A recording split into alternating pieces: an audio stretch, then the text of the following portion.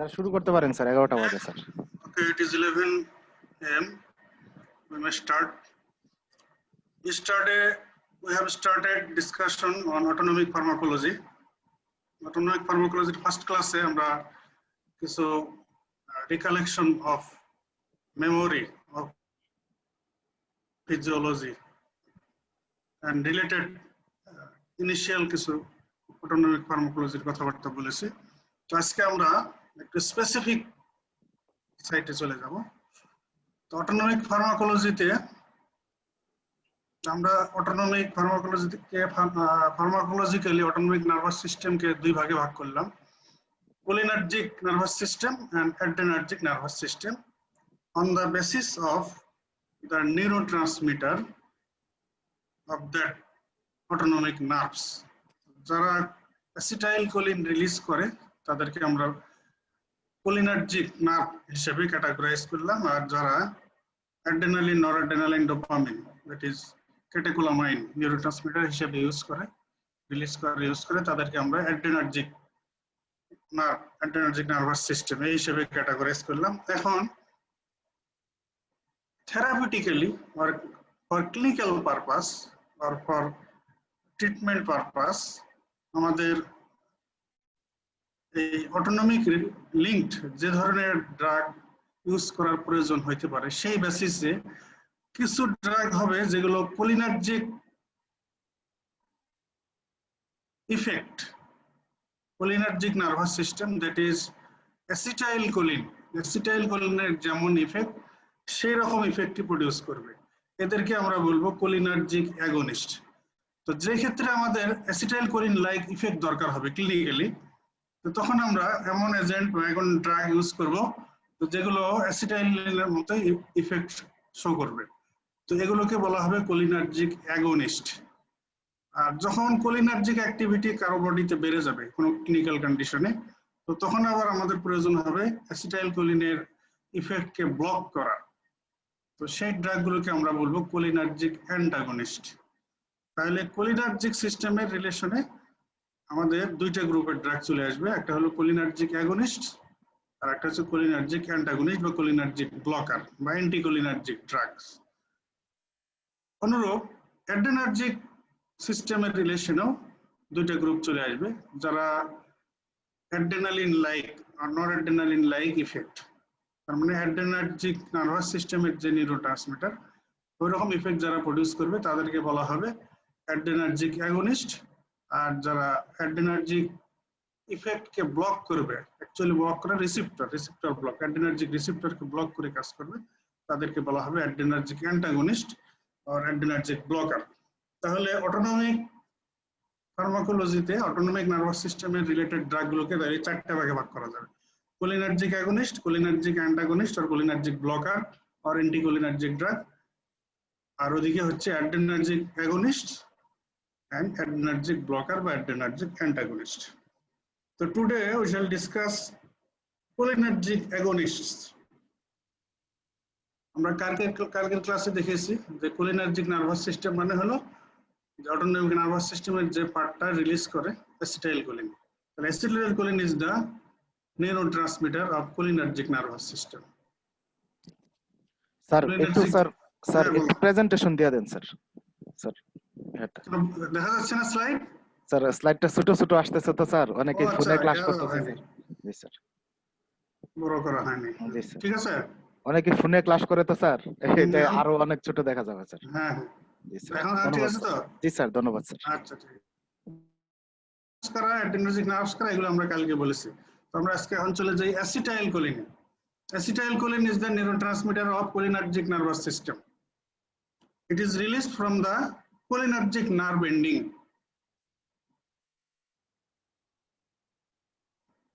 Classical sequences of acetylcholine. Acetylcholine is first synthesized in the cholinergic neuron, then it is stored in vesicle in cholinergic nerve ending. Acetylcholine then released on stimulation or when action potential reaches. It is released into the synaptic cleft, and synaptic cleft release হওয়ার পরে it acts on postsynaptic receptor binds with postsynaptic receptor and produce effect, and then it is metabolized by metabolizing enzyme. এই হচ্ছে sequence. একটা common নিউরোট্রান্সমিটারের যে sequence এটাকে specify করে বলা হলো। অ্যাসিটাইলকোলিন নিউরনে ফার্স্ট সিনথেসিস হলো, ভেসিকলে স্টোর থাকে, নার্ভ এন্ডিং এ থাকে, তারপরে স্টিমুলেশন আসলে রিলিজ হয়, পোস্টসিনাপটিক রিসেপ্টরের সাথে বাইন্ড করে ইফেক্ট প্রডিউস করে, এরপরে মেটাবলিজম বাই মেটাবলাইজিং এনজাইম। এনজাইমের নাম কি এটা সামনে ডিসকাশন আসতেছে। এখানে ফিগারটা দেওয়া আছে, নার্ভ এন্ডিং উপরে অ্যাসিটাইলকোলিন, বেসিকগুলো অ্যাসিটাইলকোলিন গুলো আছে, অ্যাসিটাইলকোলিন রিলিজ হচ্ছে। এরপর এটা হচ্ছে পোস্টসিনাপটিক মেমব্রেন, এখানে অ্যাসিটাইলকোলিনের রিসেপ্টরের সাথে বাইন্ড করে, second Messenger cyclic MP formation হচ্ছে, এদিকে সেকেন্ড মেসেঞ্জার IP3 চ্যানেল। অ্যাসিটাইলকোলিনের যদি আমরা একটা নিকোটিনিক রিসেপ্টর ধরি তাহলে চ্যানেল ওপেনিং হয়, সোডিয়াম এন্ট্রি হয়, অ্যাকশন পটেনশিয়াল হয়, এরপরে রেসপন্স হয়। This is the classical sequence of cholinergic neurotransmitter acetylcholine. এবারে সিনথেসিস অফ অ্যাসিটাইলকোলিন, এটা একটা রিটেনের কোশ্চেন, অনেক সময় রিটেনে আসে, তাইও ধরা হতে পারে। Steps of synthesis, biosynthesis of acetylcholine.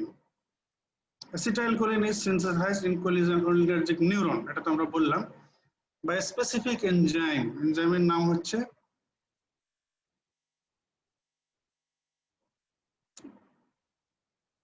Choline acetyl transferase. তাহলে কোলিনার্জিক নিউরনে এটা সিনথেসিস হয়, এর প্রিকারসর মলিকিউলস হচ্ছে choline and acetyl CoA. Choline and acetyl CoA, acetyl CoA একটা মেটাবলিক প্রোডাক্ট, আমরা মেটাবলিজম করে বায়োকেমিস্ট্রিতে অনেক মেটাবলিক পাথওয়েতে, যেমন টিসিএ, বেটা অক্সিডেশন, এগুলোতে অ্যাসিটাইল কোএ তৈরি হয়। তো প্রিকারসর মলিকিউলস অফ অ্যাসিটাইলকোলিন সিনথেসিস হচ্ছে choline and acetyl-CoA are enzymes involved that catalyze this synthetic reaction. Choline acetyl transferase. Choline acetyl transferase. The choline enter into nerve by active process. Acetyl-CoA একটা metabolic product আমরা বললাম, আর choline acetyl transferase এটা নার্ভে থাকে, cholinergic নিউরনে থাকে। তো এই enzyme catalyse করে অ্যাসিটাইল-CoA and choline, এই দুইটার মধ্যে যে রিঅ্যাকশন হয়ে আলটিমেটলি অ্যাসিটাইল-CoA তৈরি হয়। Choline plus অ্যাসিটাইল-CoA catalyzed by choline acetyl transferase, formation of acetylcholine, CoA আলাদা হয়ে যায়। This is the biosynthetic reaction, steps of acetylcholine. Now storage, synthesis হয়ে গেল, এখন এটা stored vesicle, storage vesicle at the nerve ending, এখানে stored থাকে। এখন ওই যে ভেসিকলে অ্যাসিটাইলকোলিন থাকে, এখানে অ্যাসিটাইলকোলিন ছাড়াও আরো কিছু জিনিস থাকে, মেইনলি তো অ্যাসিটাইলকোলিন, এছাড়া এখানে এটিপি, প্রোটিওগ্লাইকান এগুলোও থাকে। তাহলে contents of the storage vesicles of cholinergic nerve ending, acetylcholine, ATP, proteoglycan. Then release, তাহলে সিনথেসিস হলো, স্টোরেজ হলো, এবারে release. Release of acetylcholine is by the process of exocytosis. When action potential reaches the nerve ending, cholinergic nerve ending, there is opening of calcium channel, entry of huge calcium within the nerve ending, entry of calcium within the nerve ending enhance movement of the vesicles, storage vesicles towards the presynaptic membrane. Then fusion of the vesicle membrane with the presynaptic membrane, and ultimately burst release of acetylcholine by the into the synaptic cleft, and this is the process of exocytosis.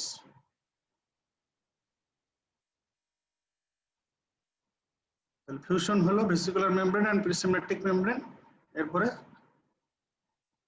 Vesicle থেকে এই অ্যাসিটাইলকোলিনটা synaptic ক্লেফটে release হয়ে গেল by the process of exocytosis. অনেকে প্রসেসের নাম শুনতে চান, এক্সোসাইটোসিস। এই স্টেপস গুলো এখানে দেখানো আছে। অ্যাসিটাইল-CoA প্লাস কোলিন মিলে by choline acetyl transferase enzyme acetylcholine তৈরি হলো, এই ভেসিকলে স্টোর হয়ে গেল।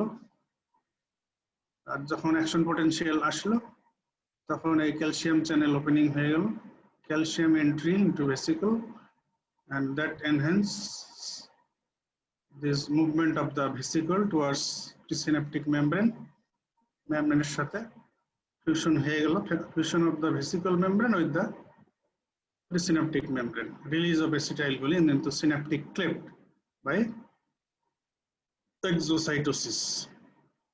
এরপর স্টেপগুলো এখানে দেখানো আছে, বলেই ফেলি।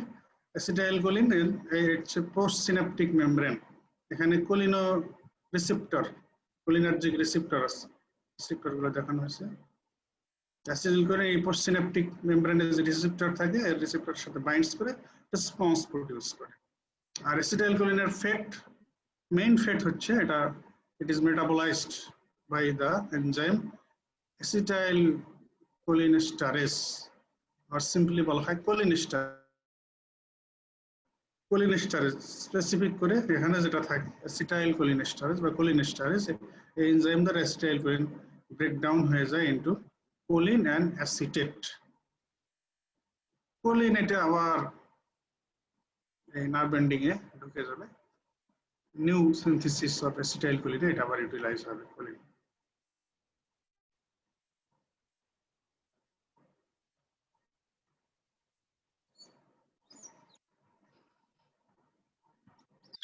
Now, fate of acetylcholine, metabolism of acetylcholine. Immediately after release, acetylcholine is metabolized. Immediately bolte bola hoy je within few milliseconds, immediately after release, acetylcholine is metabolized in synaptic cleft by the process of hydrolysis with the help of enzyme cholinesterase,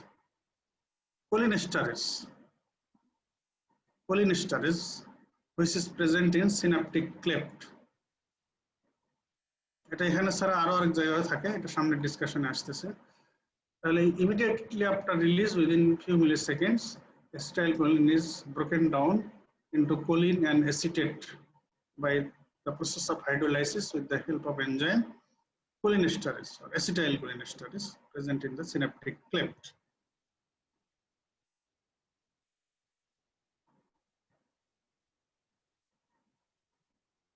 Acetylcholine cholinesterase enzyme দ্বারা choline and acetate হয়ে গেল। choline এটা বলে ফেলেছি আমি আগে, এটা আবার টেকেন আপ হয় নিউরনে নিউ অ্যাসিটাইলকোলিন সিনথেসিসের জন্য। এবারে আমরা যে কোলিনেস্টারেজ এনজাইম বললাম, cholinesterase enzymes, there are two types of cholinesterase enzyme. আমরা এখানে যেটা দেখাইলাম সিনাপটিক ক্লেপ্টে, এখানে কিন্তু এটার নাম আমরা বললাম অ্যাসিটাইলকোলিনেস্টারেজ। এছাড়া আরো একটা কোলিনেস্টারেজ আছে যেটাকে বলা হয় সিউডোকোলিনেস্টারেজ। সিনাপটিক ক্লেপ্টে যেটা থাকে এটাকে বলা হচ্ছে অ্যাসিটাইলকোলিনেস্টারেজ, আর যেটা প্লাজমাতে থাকে মূলত এটার নাম হচ্ছে সিউডোকোলিনেস্টারেজ। প্লাজমাতে যেটা থাকে এটার নাম হচ্ছে সিউডোকোলিনেস্টারেজ। এটার নাম আমরা ইডিওসিনক্রেটিক রিলেশনে কিন্তু একটু বলেছি, কোলিনেস্টারেজ, সিউডোকোলিনেস্টারেজ এনজাইম।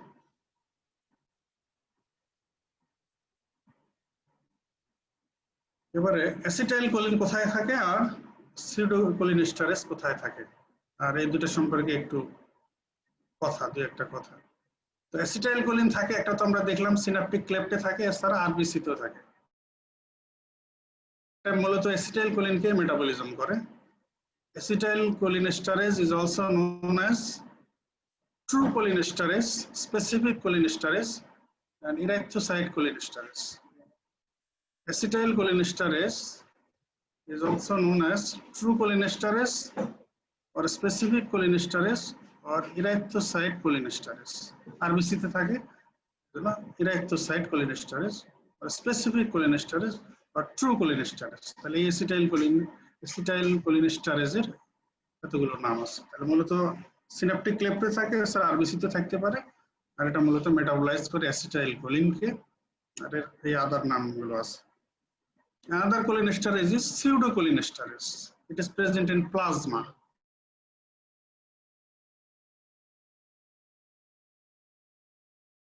Butyryl cholinesterase বলা হয়। Plasma cholinesterase, butyryl cholinesterase, non-specific cholinesterase. The pseudocholinesterase is present in plasma. It is also known as plasma cholinesterase, butyryl cholinesterase, non-specific cholinesterase. So pseudocholinesterase or plasma cholinesterase or butyryl cholinesterase, এটা হলো non-specific cholinesterase. আর acetyl কোলিনেস্টারেজকে বলা হচ্ছিল specific, কারণ এটা specifically acetyl কোলিনকে breakdown করে। আর এটা non specific কারণ এটা অ্যাসিটাইল কোলিনকে ব্রেকডাউন করে, সাম আদার ড্রাগস অর সাব এজেন্ট তাদেরকেও মেটাবলাইজ করে, যেমন as it metabolizes acetylcholine and also succinylcholine or succinylcholine, cocaine, etc. So it is non-specific. It metabolizes acetylcholine and also succinylcholine or succinylmethonium and procaine also.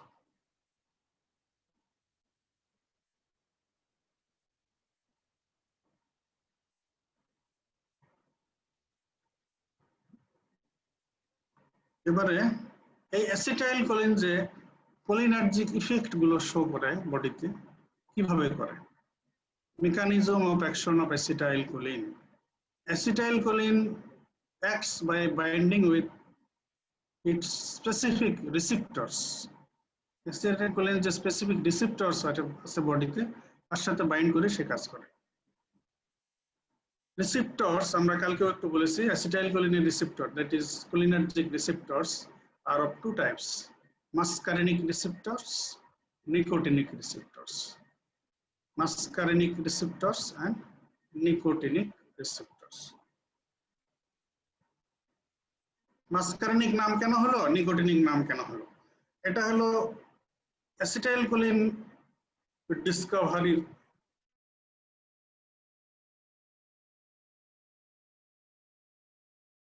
করা হচ্ছিল বিভিন্ন agent নিয়ে, chemical agent নিয়ে। তো মাস্কারিন এটা একটা অ্যালকালয়েড যেটা মাশরুমে পাওয়া যায়। মাস্কারিন an alkaloid found in mushroom. তো যখন এই ইফেক্টটা এই মাস্কারিন এই কম্পাউন্ড এই অ্যালকালয়েডটাকে স্টাডির সময় বডিতে অ্যাডমিনিস্ট্রেশন করার পরে এর ইফেক্ট দেখা হলো, অবজার্ভ করা হলো কি ধরনের ইফেক্ট হয়। তো ওই ইফেক্ট গুলোকে বলা হলো মাস্কারিনিক ইফেক্ট।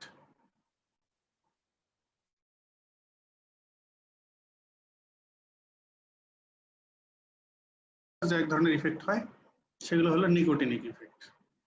এরপরে তখন মনে করা হলো যে মাস্কারিন যে বডিতে ইফেক্ট প্রডিউস করছে সে তো কোনো রিসেপ্টরের সাথে বাইন্ড করে করতেছে, তো সেই হিসাবে তাদের নাম muscarinic receptor and nicotinic receptor দেওয়া হয়েছে। এখন এরপরে যখন অ্যাসিটাইলকোলিন স্টাডি করা হলো, তো অ্যাসিটাইলকোলিন অ্যাডমিনিস্ট্রেশন করে দেখা গেল যে মাস্কারিন দিলে যে ইফেক্ট গুলো হয় সেই ইফেক্ট গুলো পাওয়া যাচ্ছে, নিকোটিন দিলে যে ইফেক্ট গুলো হয় সেই ইফেক্ট গুলো পাওয়া যাচ্ছে। তো এর থেকে এই ডিসিশনে আসা হলো যে অ্যাসিটাইলকোলিনের তাহলে দুই ধরনের রিসেপ্টরের উপরই অ্যাকশন আছে। তারা মাস্কারিন যে ধরনের ইফেক্ট প্রডিউস করে সেই ইফেক্টও শো করতেছে, আবার নিকোটিন যে ধরনের ইফেক্ট প্রডিউস করে অ্যাসিটাইলকোলিন সেই ইফেক্ট গুলো প্রডিউস করতেছে। তার মানে অ্যাসিটাইলকোলিনের মাস্কারিন যার মাধ্যমে কাজ করে ইফেক্ট প্রডিউস করে সেই রিসেপ্টরের উপরেও অ্যাকশন আছে, নিকোটিন যার যে রিসেপ্টরের সাথে বাইন্ড করে ইফেক্ট প্রডিউস করে সেই ধরনের ইফেক্টও আছে। সো অ্যাসিটাইলকোলিন মাস্কারিনিক রিসেপ্টরের উপরেও কাজ করে, নিকোটিনিক রিসেপ্টরের উপরেও কাজ করে। এই থেকে এই দুই ধরনের রিসেপ্টরের নাম দুই ধরনের হয়ে গেল, যে অ্যাসিটাইলকোলিনের দুই ধরনের রিসেপ্টর, মাস্কারিনিক আর নিকোটিনিক। মাস্কারিন দিলে যে ইফেক্ট হয়, অ্যাসিটাইলকোলিন দিলেও ওই muscarinic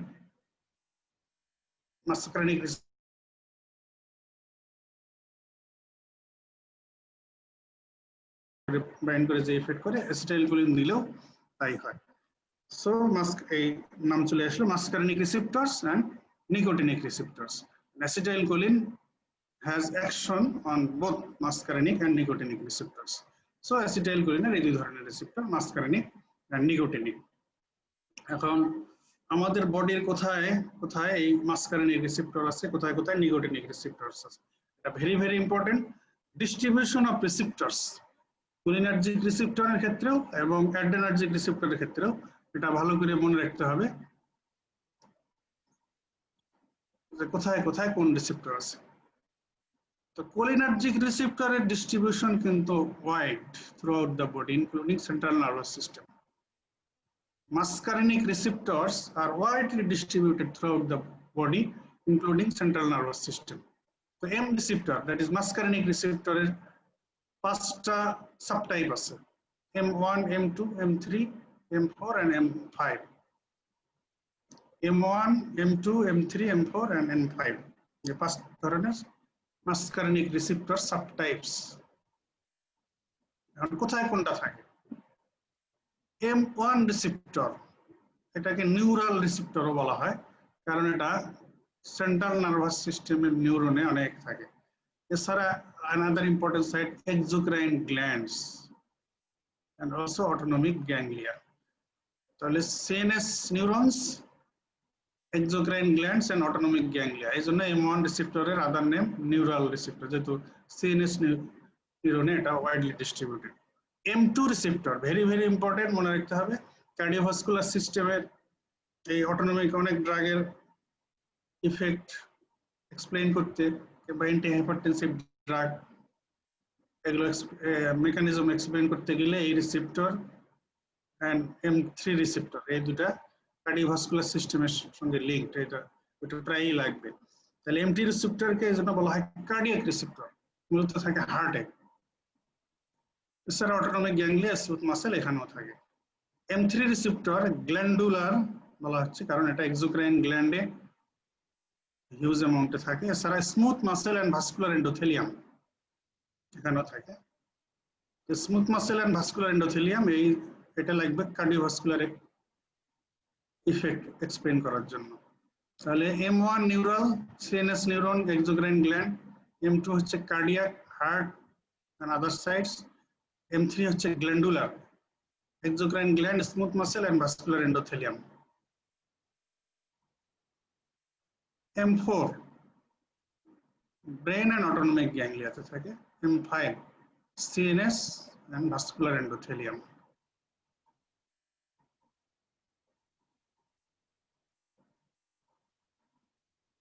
All M receptors, that is muscarinic receptors, are G-protein coupled receptors. আমরা মেকানিজম অফ অ্যাকশনে ওখানে কিন্তু দেখিয়েছিলাম যে একটা মেকানিজম আছে রিসেপ্টর মিডিয়েটেড মেকানিজমগুলোর মধ্যে জি প্রোটিন কাপল। তার মানে রিসেপ্টর এর সঙ্গে লিগ্যান্ড বাইন্ড করার পরে আগে জি প্রোটিন অ্যাক্টিভেশন হয়, এরপরে সেকেন্ড মেসেঞ্জার সিস্টেম অ্যাক্টিভেশন হয়ে সেকেন্ড মেসেঞ্জারের মাধ্যমে এর রেসপন্স হয়। তো মাসকারিনিক রিসেপ্টরের সাথে যে মাসকারিনিক অ্যাগনিস্ট বা কোলিনার্জিক অ্যাগনিস্ট যারা বাইন্ড করার পরে এটা acetylcholine binds with M receptor, then interact with G protein, G protein এর সঙ্গে এটা কাপলিং আছে। এরপরে ইন্ট্রাসেলুলার একটা অ্যানাদার সিস্টেম অ্যাক্টিভেট করে, like second messenger system. Enzyme যেমন অ্যাডিনাইল সাইক্লেজ স্টিমুলেট বা ইনহিবিট হয়, যেটার ক্ষেত্রে যেমন আলটিমেটলি এই সেকেন্ড মেসেঞ্জার সাইক্লিক এএমপি যদি হয় প্রোডিউসার এর মাধ্যমে এর রেসপন্স হয়। সিগন্যালিং মেকানিজম এগুলো যদি অত বেশি দরকার নাই, একটু খালি মনে রাখতে পারো। Activation of M1, M3 and M5 receptor, এগুলো হচ্ছে IP3 and DAG mediated action। M1, M3, M5 এই রিসেপ্টর গুলো অ্যাক্টিভেশন হইলে এরপরে দেখা যায় যে ক্যালসিয়াম ডিপেন্ডেন্ট প্রসেস গুলো অ্যাক্টিভেশন হয়, যেমন glandular secretion, smooth muscle contraction. তো M1 এ যেমন আমরা দেখেছি এখানে কিন্তু এক্সোক্রাইন গ্ল্যান্ডের কথা আছে, আর M3 তে এক্সোক্রাইন গ্ল্যান্ডও আছে, আবার ভাস্কুলার এন্ডোথেলিয়াম, স্মুথ মাসেল এগুলো আছে। তো সেই হিসেবে M1, 3 এগুলো IP3 DAG মিডিয়েটেড অ্যাকশন, এরপরে এটার আলটিমেট যে রেসপন্স যেটা হয় সেগুলো দেখা যায় calcium dependent process, glandular secretion, smooth muscle contraction. Activation of M2 M4, এটা এবারে ইনহিবিশন অফ এডিনাল সাইক্লিজ হয়, এখানে সাইক্লিক এমপি কমে যায়। অ্যানাদার মেকানিজম এখানে opening of potassium channel hyperpolarisation, এই জন্য ইনহিবিশন। এই জন্য হার্টে যে M2 রিসেপ্টর আছে এটার ইউজ আছে M2 রিসেপ্টর। অনেক সময় হার্ট রেট সেনোডের অ্যাক্টিভিটি কমানোর জন্য, হার্ট রেট কমানোর জন্য, যেমন কালকে একটু বলেছিলাম যেসব মানে কার্ডিয়াক ট্যাকিয়ারিথমিয়া হয়, সুপ্রাভেন্ট্রিকুলার ট্যাকিকার্ডিয়া, তো এই ক্ষেত্রে এসএ নোডের কন্ডাকটিভ সিস্টেমের এক্সাইটেবিলিটি কমানোর প্রয়োজন পড়ে। সেই ক্ষেত্রে কিন্তু এই M2 অ্যাগনিস্ট যে ড্রাগগুলো, যেহেতু এদের দেখা যাচ্ছে ইনহিবিটরি রিঅ্যাকশন, এসএ নোডের এক্সাইটেবিলিটি কমাই দেয়, এই ক্ষেত্রে এদের অ্যাগনিস্ট যদি ইউজ করা হয় তাহলে এটা একটা থেরাপিউটিক অ্যাপ্রোচ হতে পারে। নিকোটিনিক রিসেপ্টরস, মাসকারিনিক রিসেপ্টরস গেল M1 M2 M3 M4 and M5। M1 বললাম আমরা নিউরাল, এটা সিএনএস এন্ড এক্সোক্রাইন গ্ল্যান্ডে থাকে। M2 বললাম মূলত কার্ডিয়াক, হার্টে থাকে। M3 বলা হলো গ্ল্যান্ডুলার, এটা exocrine gland and also smooth muscle vascular endothelium. তো M1 M2 M3 M4 M5। আর এবারে আসতেছে নিকোটিনিক রিসেপ্টরের সাবটাইপস। এটার অনলি দুইটা subtype, NN and NM। N এর N আসছে নার্ভ থেকে, বা নার্ভাস সিস্টেমের নার্ভ থেকে, তার মানে এটা থাকে হলো নার্ভাস সিস্টেমের রিলেশন, অটোনমিক নার্ভাস সিস্টেমের রিলেশন। কোথায়? That is autonomic ganglia. তাহলে NN subtype of nicotinic receptor NN present in autonomic ganglia, both sympathetic and parasympathetic, but NM present at skeletal muscle, and আরেকটা অবশ্য এখানে বলা হয় না, and also adrenal medulla। Autonomic ganglia and adrenal medulla, N এর সঙ্গে মধ্যে autonomic গ্যাংলিয়ার সঙ্গে অ্যাড্রেনাল মেডুলাও আসবে। আর আমরা আগেই তো বলেছি যে অ্যাড্রেনাল মেডুলাকে অনেকটা মডিফাইড সিম্প্যাথেটিক গ্যাংলিয়া মনে করা হয়, মডিফাই হয়ে গেছে, সেই হিসেবে নিলে এর মধ্যে ওই কথাটা আছে। আবার আলাদাভাবে স্পেসিফাই করে বললে বলা যেতে পারে যে NN present in autonomic ganglia and in adrenal medulla, and NM present only at skeletal neuromuscular junction. NM present only at skeletal neuromuscular junction.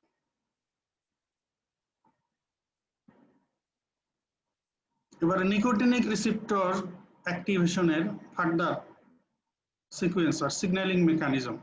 Acetylcholine nicotinic রিসেপ্টরের সাথে বাইন্ড করলো, there is opening of sodium channel, এটা আমরা বলেছি আগেও যে channel opening হয়, sodium entry হচ্ছে, depolarisation of postsynaptic membrane, action potential হলো, তারপরে ক্যালসিয়াম, ইন্টারসেলুলার ক্যালসিয়াম বেড়ে গেল, এটা বিভিন্ন জায়গা থেকে আসে, সার্কোপ্লাজমিক রেটিকুলাম টিটিউবুল থেকে ক্যালসিয়াম এসে ইন্টারসেলুলার ক্যালসিয়াম বাড়িয়ে দেয়, এই ক্যালসিয়াম এরপরে একটোমাইসিন কাপলিং, এক্সাইটেশন কন্ট্রাকশন কাপলিং হয়ে যায়, মাসেল কন্ট্রাকশন হয়। যেহেতু আমরা এটা এক্সাম্পল দিচ্ছি আসলে মূলত NN receptor skeletal মাসেলে muscle contraction হয়ে গেল। এবারে মাসকারিনিক রিসেপ্টরস এর ডিস্ট্রিবিউশন তো আমরা বলেছি, এবারে একটু স্পেসিফিক করে সাইট গুলো বলা এবং ওই সাইটে অ্যাসিটাইলকোলিন ওই মাসকারিনিক রিসেপ্টরে আলটিমেটলি কি রেসপন্স হয়। তো নরমাল রেসপন্স জানতে হবে, তাহলে আমরা এটাকে বাড়ানো কমানো প্রয়োজনে, that is থেরাপিউটিক্যালি for clinical purpose, সেটা তাহলে আমরা বুঝতে পারব। হার্টে আমরা দেখাইলাম কোন receptor? M2 sir, M2 receptor. হ্যাঁ, তোমাদের বলেছি যে এটা মনে রাখতে হবে, কার্ডিওভাস্কুলার সিস্টেমের রিলেশন, এটা ভেরি ভেরি ইম্পর্টেন্ট। হার্টে থাকে M2 রিসেপ্টর, তাহলে M2 রিসেপ্টরের পরে যখন মাসকারিন বাইন্ড করে, মাসকারিন রিসেপ্টর স্টিমুলেশন এর ইফেক্ট গুলো কি কি? এর ইফেক্ট গুলো হচ্ছে এই দেখো, সব হচ্ছে নেগেটিভ।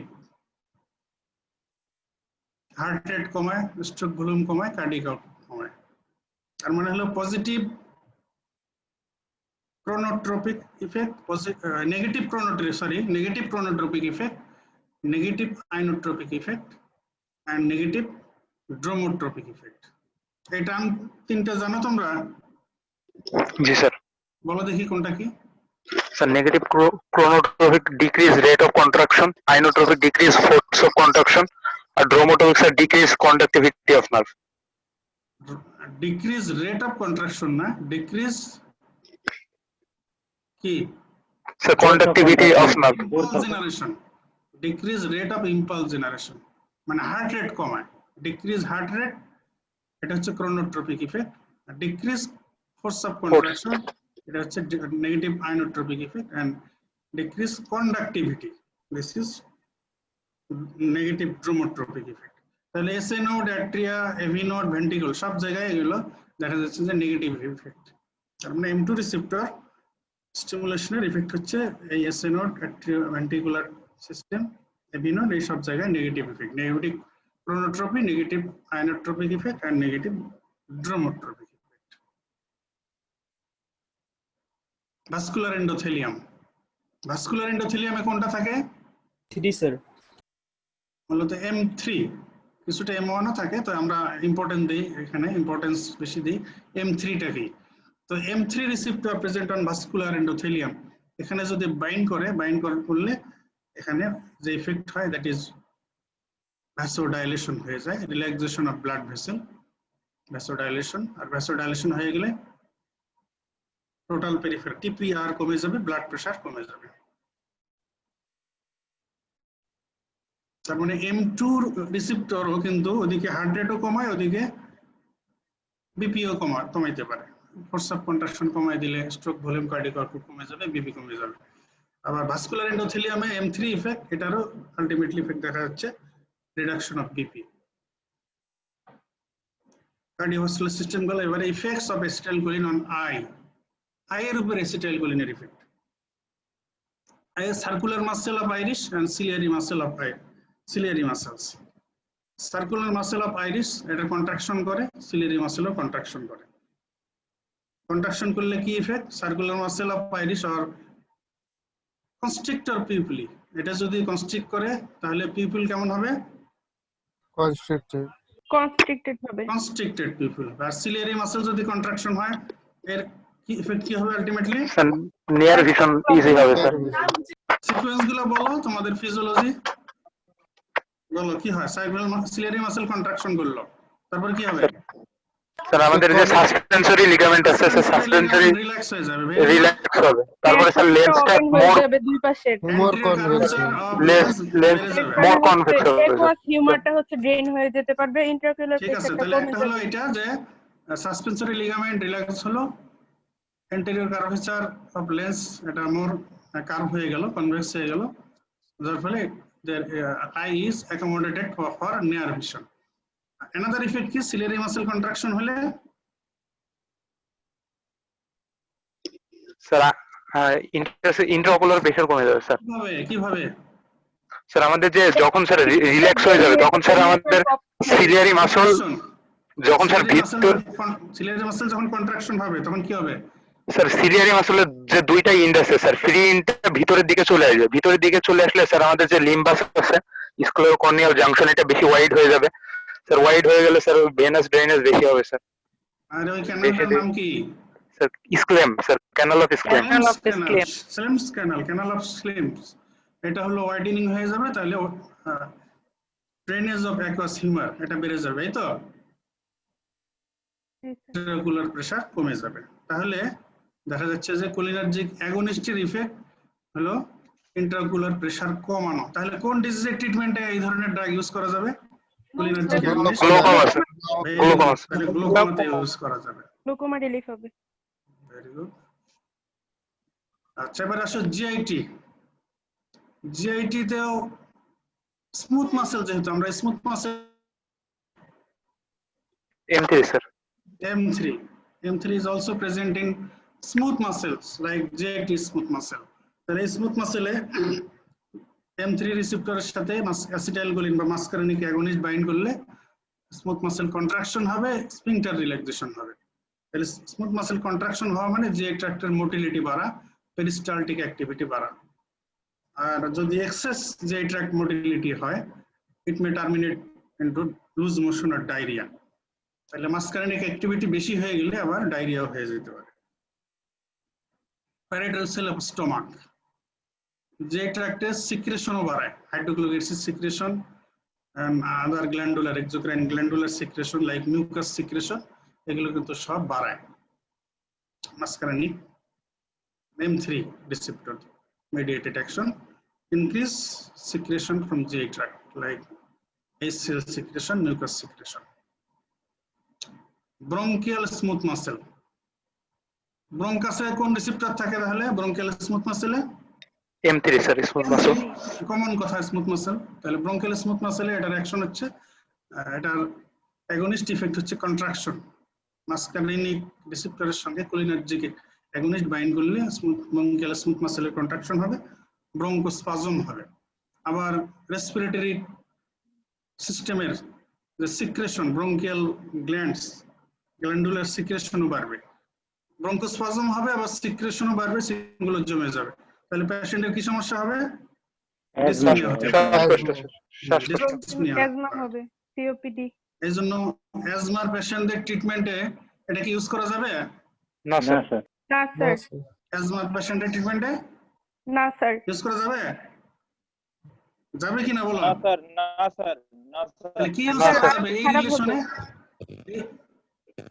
এই ইফেক্ট কনসিডার করে ব্রঙ্কিয়াল অ্যাজমা ট্রিটমেন্টে বা সিওপিডি ট্রিটমেন্টে কি ইউজ করা যেতে পারে? অ্যাড্রেনার্জিক ড্রাগ, এর অ্যান্টাগনিস্ট ইউজ করা যেতে পারে। অ্যান্টাগনিস্ট, অ্যাগনিস্ট তো হলো সেম ইফেক্ট, মানে সে তো ব্রঙ্কোস্পাজম করবে, রেসপিরেটরি ডিফিকাল্টি আরো বাড়িয়ে দেবে। এজন্য এই ক্ষেত্রে ইউজ করা হয় হচ্ছে অ্যান্টি মাসকারিনিক ড্রাগ। এটা সামনে আসবে। অ্যান্টি মাসকারিনিক ড্রাগ কিন্তু ব্রঙ্কিয়াল অ্যাজমা ট্রিটমেন্ট ইউজ হয়। যেহেতু অ্যাগনিস্ট দিলে স্পাজম হয়, তাহলে অ্যান্টাগনিস্ট দিলে স্পাজম হবে না, ব্রঙ্কোডাইলেশন হবে।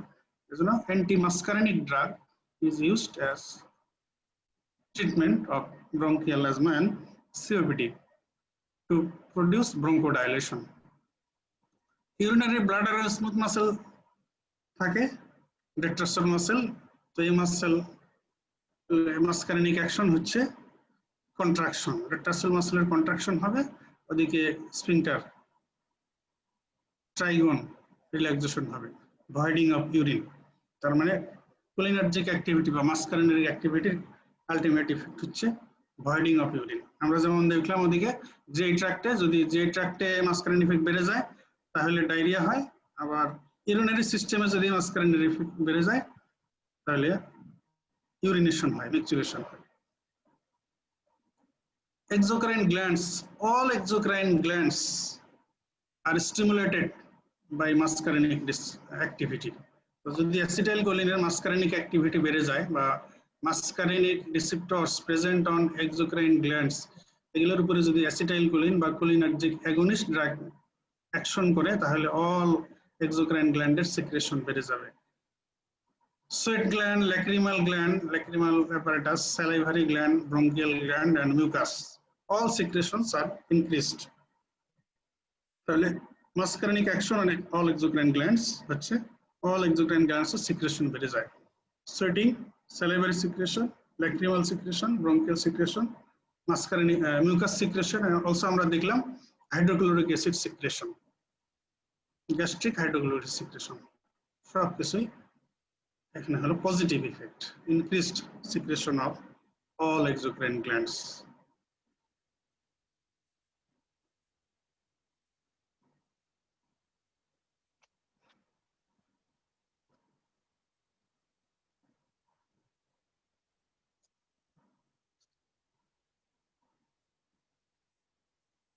আচ্ছা, মাসকারিনিক দেখাইলাম আমরা, এবারে একটু নিকোটিনিক রিসেপ্টরস এর সাইটস তো বলা হয়ে গেছে, ওখানে অ্যাকশনটা একটু।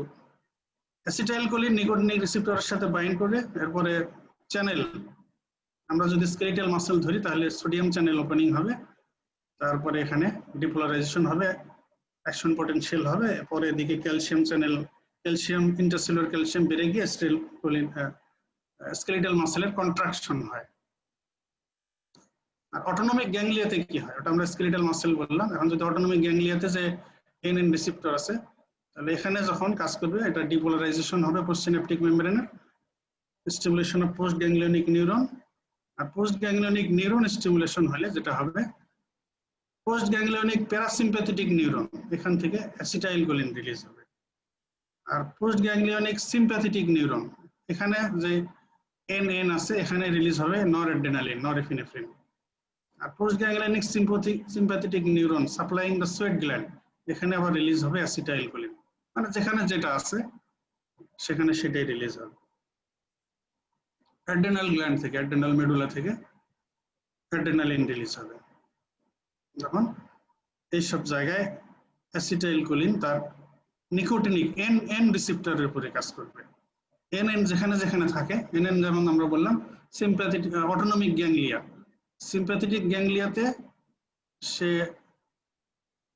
নরএড্রেনালিন রিলিজ করবে, প্যারাসিম্প্যাথেটিক গ্যাংলিয়াতে অ্যাসিটাইলকোলিন রিলিজ করবে, আর অ্যাড্রেনাল মেডুলাতে যখন কাজ করবে অ্যাসিটাইলকোলিন এন রিসেপ্টরের উপরে তখন অ্যাড্রেনালিন আর ইপিনেফ্রিন রিলিজ করবে। আর স্কেলেটাল মাসেলে যেটা থাকে এম রিসেপ্টর, এটার সঙ্গে যখন বাইন্ড করবে তখন অ্যাসিটাইলকোলিন, এটা তো সিঙ্গেল নিউরন, কোনো গ্যাংলিয়ন নাই, তো অ্যাসিটাইলকোলিন রিলিজ হয়, এটা স্কেলেটাল মাসেলের কন্ট্রাকশন করবে by nicotinic receptor. Skeletal muscle contraction, এই যে এনএম স্কেলেটাল মাসেলে যেটা থাকে স্কেলেটাল নিউরোমাসকুলার জাংশনে এখানে স্কেলেটাল মাসেল কন্ট্রাকশন করবে।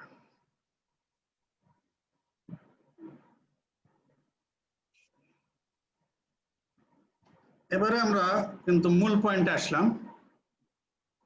এতক্ষণ হলো অ্যাসিটাইলকোলিন নিয়ে কিছু কথা, এর সিনথেসিস, এর sequence, effect, fate, metabolism, distribution of রিসেপ্টরস and receptor stimulation হলে কি ইফেক্ট হয় এগুলো বললাম। এবারে আমরা চলে আসছি একদম সেন্টার পয়েন্টে, দ্যাট ইজ কোলিনোমাইমেটিক ড্রাগস। মানে এবারে ড্রাগসে চলে আসলাম। কোলিনোমাইমেটিক ড্রাগস, আচ্ছা তোমরা অটোনমিক নার্ভাস সিস্টেম বা অটোনমিক ফার্মাকোলজি পড়তে গিয়ে এই কথাটা প্রায় পাবে, এমনি তো হয়তো অন্য জায়গায় পেয়ে থাকতে পারো। মাইমেটিক, মাইমেটিক কথাটার মানে কি? মানে স্যার ওইটার মতো। সমানুপাতিক মিমিক, সমানুপাতিক। মিমিক একটা কথা আছে, এই শব্দ মানে এই ধরনের কথাটা যেখানেই লাগানো থাকে এটার মানে হলো like this, like that, just like that, এরকম আর কি। তো কোলিনোমাইমেটিক ড্রাগস মানে কোলিন দিয়ে বোঝানো হচ্ছে অ্যাসিটাইলকোলিন। অ্যাসিটাইলকোলিন লাইক ইফেক্টস আছে যেসব ড্রাগসের তাদেরকেই বলা হবে কোলিনোমাইমেটিক ড্রাগস। তার মানে the drugs that act like acetylcholine, mimic, similar, same. So cholinomimetic drugs are classified into two groups: directly acting cholinomimetic drugs and indirectly acting cholinomimetic drugs. Direct মানে কি ধরনের ডাইরেক্ট? যে ড্রাগ গুলো ডাইরেক্টলি কোলিনার্জিক রিসেপ্টরস এর সাথে bind করে কাজ করবে তাদেরকে বলা হবে ডাইরেক্টলি অ্যাক্টিং। আর যারা কোলিনার্জিক রিসেপ্টরের সাথে কোনো ইন্টারঅ্যাক্ট করবে না, বাইন্ড করবে না, তারা হচ্ছে ইনডাইরেক্টলি অ্যাক্টিং। তার মানে হলো এমন ড্রাগ যেগুলো ওই মাসকারেনিক বা নিকোটিনিক আমরা যে কোলিনার্জিক রিসেপ্টর দেখিয়েছি ওই সব রিসেপ্টরের সাথে বাইন্ড করে ওই অ্যাসিটাইলকোলিন যেরকম ইফেক্ট করতো সেই রকম ইফেক্ট প্রডিউস করবে। তো যেহেতু তারা ডাইরেক্টলি রিসেপ্টর, এই জন্য ডাইরেক্ট অ্যাক্টিং।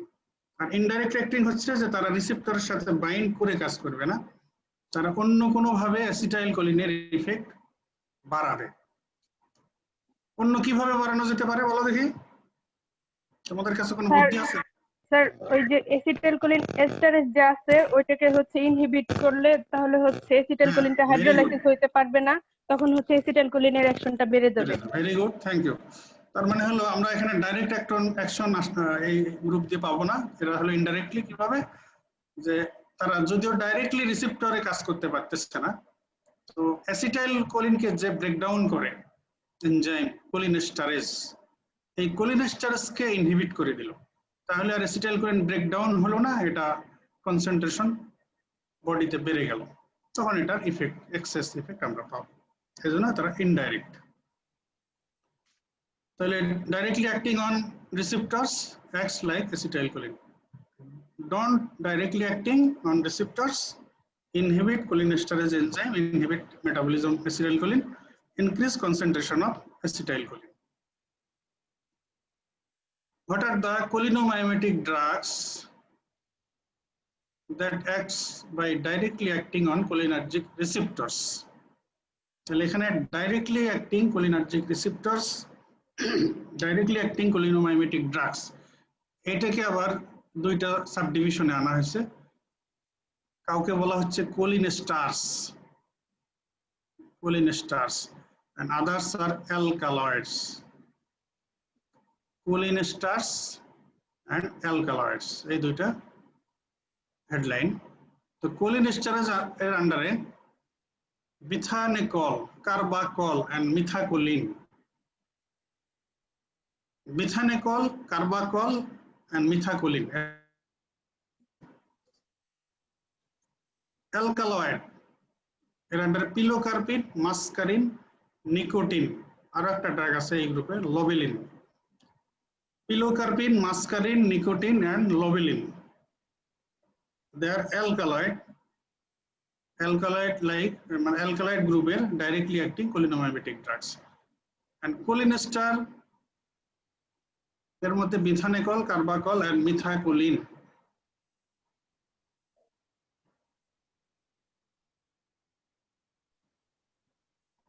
আসসালামু আলাইকুম। একটু পরে কথা বলে আমি। তো cholinesterase R bithanecol, carbachol and methacholine। আচ্ছা এখানে বলো দেখি, আমরা তো এই যে অ্যাসিটাইলকোলিন নিয়ে এত কথাবার্তা বলতেছি, এই লিস্টে অ্যাসিটাইলকোলিন নেই কেন? এগুলো তো sir drug sir. Acetylcholine drug হিসেবে ইউজ করা যেতে পারে না? অ্যাসিটাইলকোলিন দিলে তো আর একদম জাস্ট ফিজিওলজি যেমন সেরকমই হয়ে গেল। স্যার ওই যে এটা তো খুব কম সময় থাকে স্যার, স্যার খুব কম সময় থাকে সাইন্যাপটিক ক্লেফটে অ্যাসিটাইলকোলিন দেওয়ার সাথে সাথেই তো স্যার মিলি সেকেন্ডের ভিতরে আগে থেকে কিছু কিছু জানো দেখি। আচ্ছা ওটা তাহলে পরে আসতেছে। অ্যাকচুয়ালি অ্যাসিটাইলকোলিনও একটা কোলিনেস্টার্স, ঠিক আছে, কিন্তু এই লিস্টেটা দেওয়া হয়নি কারণ, আচ্ছা কারণ পরে বলি, তাহলে আগে বললে তো বলা শেষই হয়ে গেল। তাহলে এখানে এই পর্যন্ত থাক, কথাটা খালি মনে রাখো, একটু পরে ডিসকাশনে আসবে। তো cholinesterase এর example bithanecol, carbachol, muscarine. Alkaloids এর example pilocarpine, muscarine, nicotine.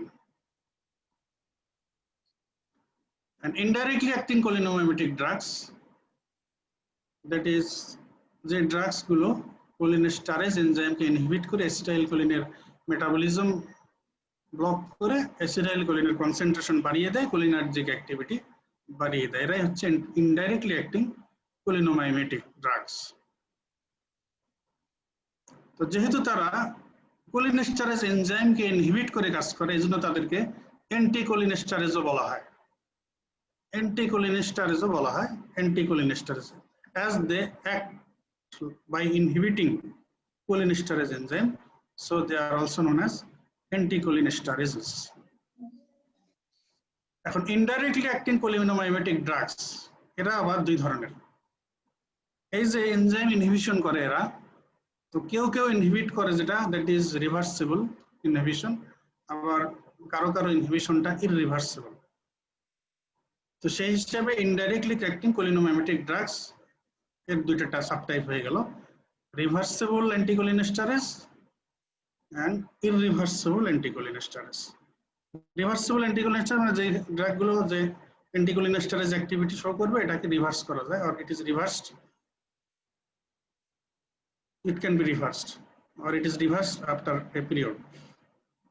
cholinesterase গুলো ফ্রি হয়ে যায় একটু পরে।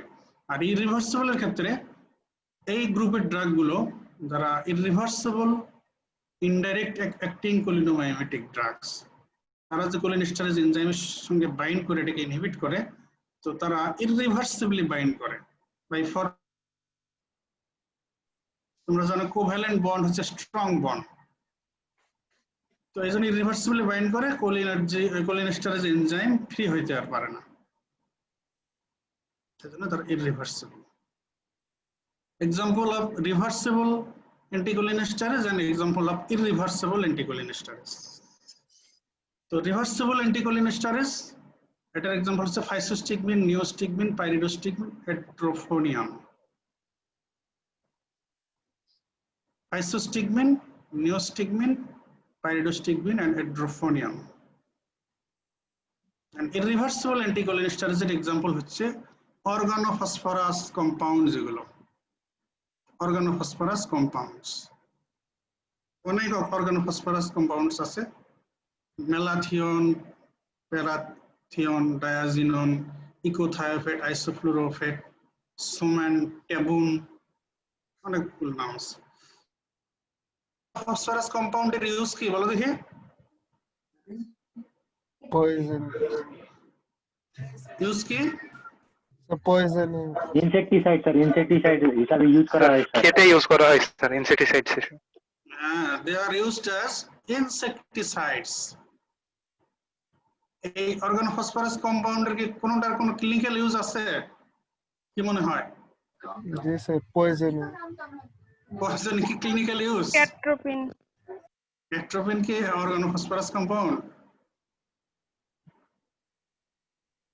এরা ইনসেক্টিসাইড হিসেবে ইউজ হয়। ইউজুয়ালি এগুলো তো যারা ইনসেক্টিসাইড এগুলো কেউ যদি খেয়ে ফেলে কি হবে?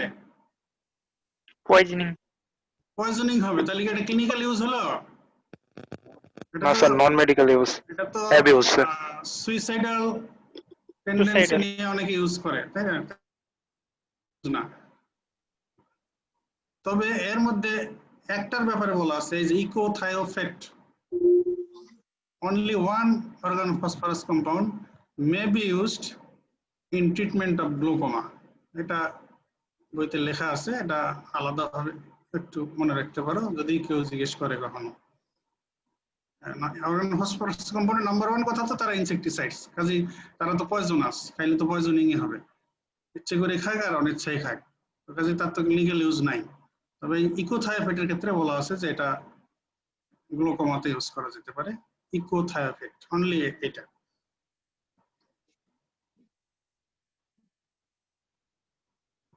আচ্ছা, এখন ওই কথাটা একটু বলি যেটা বলতে চাচ্ছিলাম। আমরা অ্যাসিটাইলকোলিনের এত ইফেক্ট দেখলাম সারা শরীরে, heart, blood vessel, CNS, glands, smooth muscle, bronchial, GIT, urinary সিস্টেমের সব জায়গায় দেখা যাচ্ছে অ্যাসিটাইলকোলিন ইফেক্ট। তাহলে অ্যাসিটাইলকোলিন আমাদের কোলিনোমাইমেটিক ড্রাগস এর লিস্টে আমরা দেখাইলাম না, কারণ কি? বলো কি কারণ? স্যার ওই যে খুব কম সময় থাকে স্যার মেটাবোলিনেস্টারেজ এনজাইম দ্বারা স্যার দ্রুত। কথা কেন আমরা লিস্টে রাখলাম না? কোলিনোমাইমেটিক ড্রাগস এর লিস্টে কেন রাখলাম না? নাম্বার 1 কথা হলো যে it has no clinical use. Clinical কোনো ইউজ নাই। তাহলে প্রশ্ন তখন যে কেন ক্লিনিক্যাল ইউজ নাই যার এত ইফেক্ট হয়ে তো ঝামেলা। কারণ আমার দরকার জিআই ট্র্যাক্ট ইফেক্ট, এজন্য আমি কোলিনোমাইমেটিক ড্রাগ ইউজ করলাম, অ্যাসিটাইলকোলিন ইউজ করলাম। সে ওদিকে বিপি কমাই দিল, হার্ট রেট কমাই দিল। চাইলাম যে ট্র্যাক্টে স্মুথ মাসেলের এক্সেস কন্ট্রাকশন যাতে কমে যায়, ডায়রিয়া কন্ট্রোল হয়ে যায়, এই জন্য ইউজ করলাম। কিন্তু হয়ে গেল ওদিকে হাইপোটেনশন, ব্রেডিকার্ডিয়া, যেটা আমাদের ডিজায়ার না, আনডিজায়ার্ড অ্যাডভার্স ইফেক্ট। তাহলে এটা একটা কারণ যে কেন হয়। একটা হলো যে অ্যাসিটাইলকোলিন তোমাদের প্রায় পরীক্ষায় ভাইভাতে জিজ্ঞেস করা হয়, অ্যাসিটাইলকোলিনের ক্লিনিক্যাল ইউজ কি, অনেক সময় এভাবে জিজ্ঞেস করা হয় তোমার নলেজ অ্যাসেস করার জন্য। যে অ্যাসিটাইলকোলিনের ক্লিনিক্যাল ইউজ কি বলো, কি বলবে? No clinical, there is no clinical use. আচ্ছা, তখন তোমাকে, যদিও তোমাদের এখন ওটা দেখানো হয় নাই, তবে এখানে কথাটা বলেই রাখি, তখন কিন্তু তোমাকে প্রশ্ন করতে পারে, আচ্ছা তোমাকে একটা ওই অ্যাসিটাইলকোলিনের কিন্তু ইফেক্টের আমাদের কার্ভ আছে, curve, graphical representation of effect of different drugs, এরকম আছে। তো তার মধ্যে একটা আছে যে অ্যাসিটাইলকোলিন, যে effect of acetylcholine on blood pressure. Acetylcholine দিলে যে ব্লাড প্রেশার কমে যায়, এটা গ্রাফিক্যাল রিপ্রেজেন্টেশনের কার্ভ আছে। তো এটা তোমার সামনে দিয়ে বললো যে আচ্ছা যদি ইফেক্ট নাই থাকে, মানে ইউজ যদি নাই থাকে, তাহলে আমরা এই অ্যাসিটাইলকোলিনের ইফেক্টের কার্ভ পেলাম কোত্থেকে? তখন কি বলবে? ন্যাচুরালি বডির ভিতরে তো প্রোডিউস হয়। তখন আনসার হলো যে এটার কোনো ক্লিনিক্যাল ইউজ নাই, আমার কথা ঠিক। তো এখানে যে কার্ভটা পাওয়া গেছে এটা হচ্ছে experimentally experimental use or laboratory use. ল্যাবরেটরিতে আমরা অ্যানিমেল স্টাডি করি, অ্যাসিটাইলকোলিন দিয়ে এফেক্ট আমরা দেখেছি, সেটাকে আমরা এখানে কার্ভে রিপ্রেজেন্ট করেছি।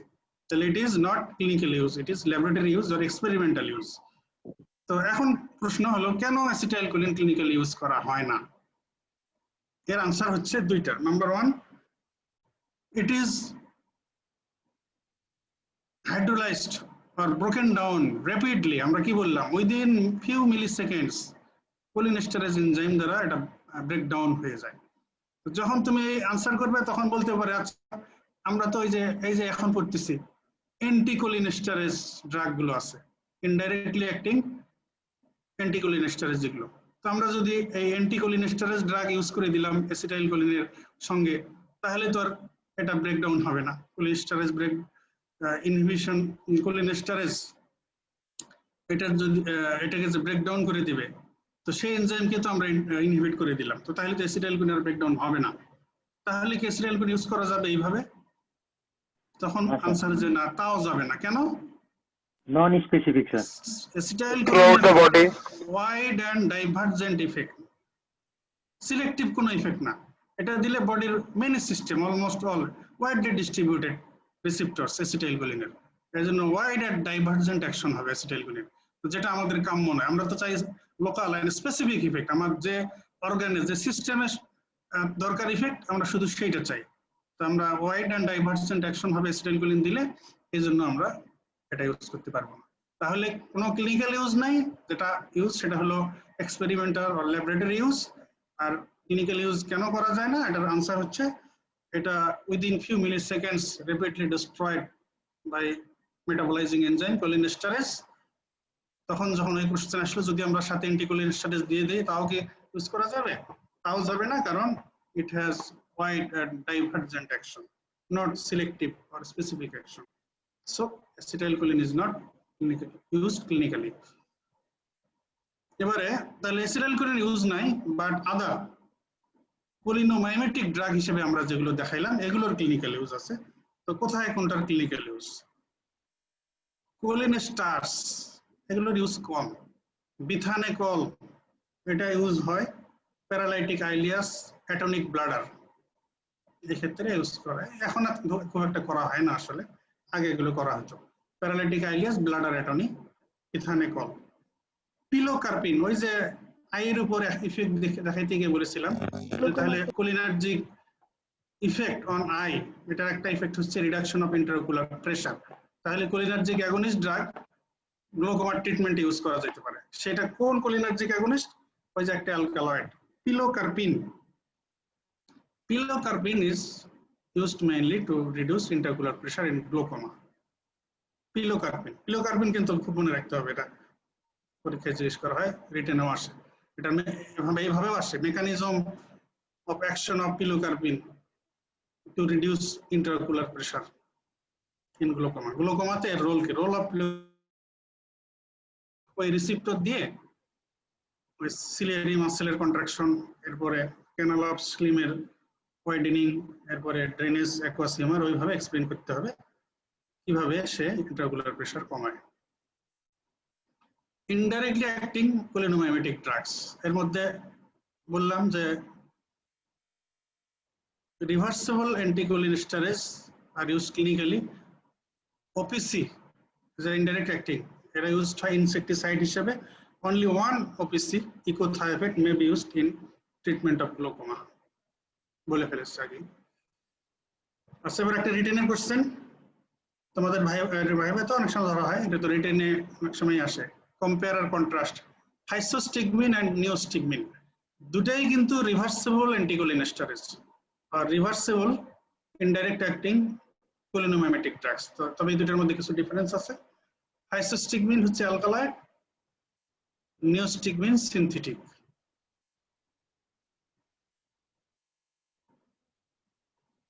Natural alkaloid হাইসোস্টিগমিন, নিওস্টিগমিন synthetic. হাইসোস্টিগমিন হচ্ছে টারশিয়ারি অ্যামাইন আর নিওস্টিগমিন হচ্ছে quaternary amine.